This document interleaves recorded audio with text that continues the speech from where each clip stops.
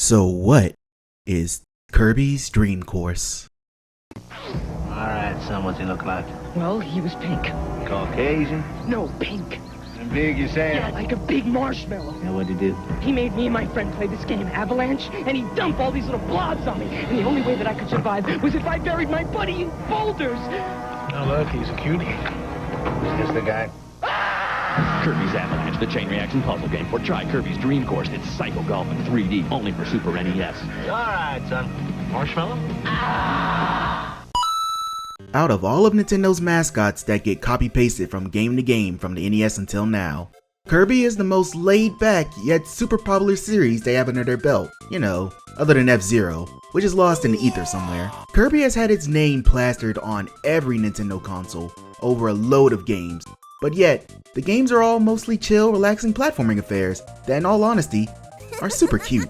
Kirby first appeared on the Game Boy of all things as the brainchild of Smash Daddy Sakurai, and has since starred in over 30 games, starting from sucking up and stealing enemy powers in 1992, to the latest game, released with Kirby devouring cars in 2022. Among those, Kirby has had his fair share of spin-offs, from getting an invite to Smash every iteration, to puzzle games, racing games, fighting games, and even the most amazing of all, pinball. But if Kirby is going the Mario Cash Cow route, where are all the sports games? Well, technically Kirby does have a sports game under its massive belt, and it's a lot of fun, and possibly a good way to end those nagging long-term friendships.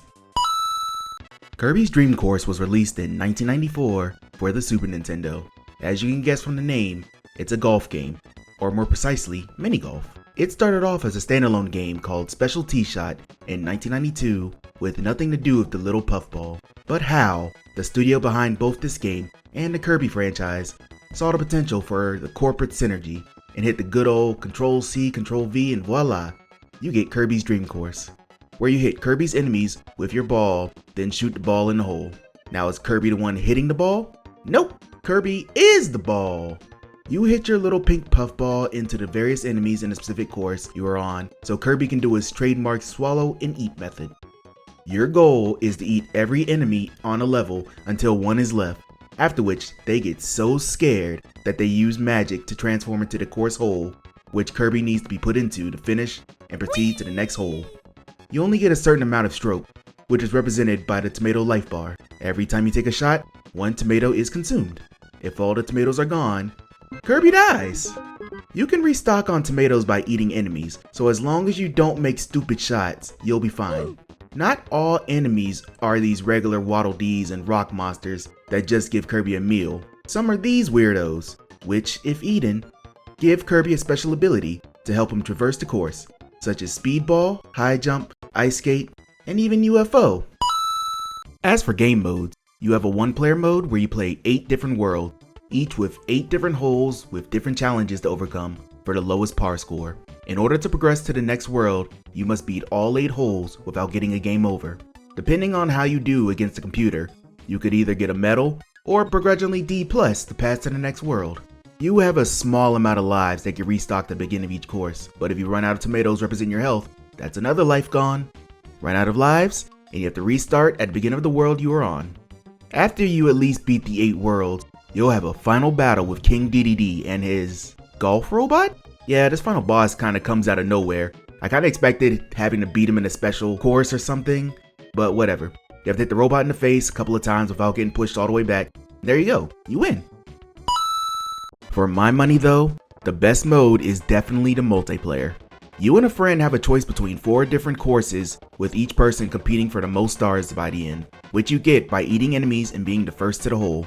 The best part, at the end, you'll have one less friend to buy a birthday present for, cause holy shit, this gets competitive real fast. Besides the standard bumping, blocking, and attacking your friend to mess up their shots, you can also steal stars by spinning into them, leading to more residual hatred that I wouldn't be surprised ends up in a fistfight. But that's just the name of the game, and the game is great. The game is cute, the soundtrack is cute, the shooting adjustments are responsive, and the power-ups make the game that much more interesting. So what holds this game back? Well, maybe they could have included more single and multiplayer courses especially, and some of the physics in the game are a little wonky, which will leave you questioning what the game thinks hitting an object is. But beyond that, Kirby's Dream Course is a fun take on the Nintendo sports spin-off genre that deserves a sequel in the future. Bye! This game gets 4 power-ups out of 5.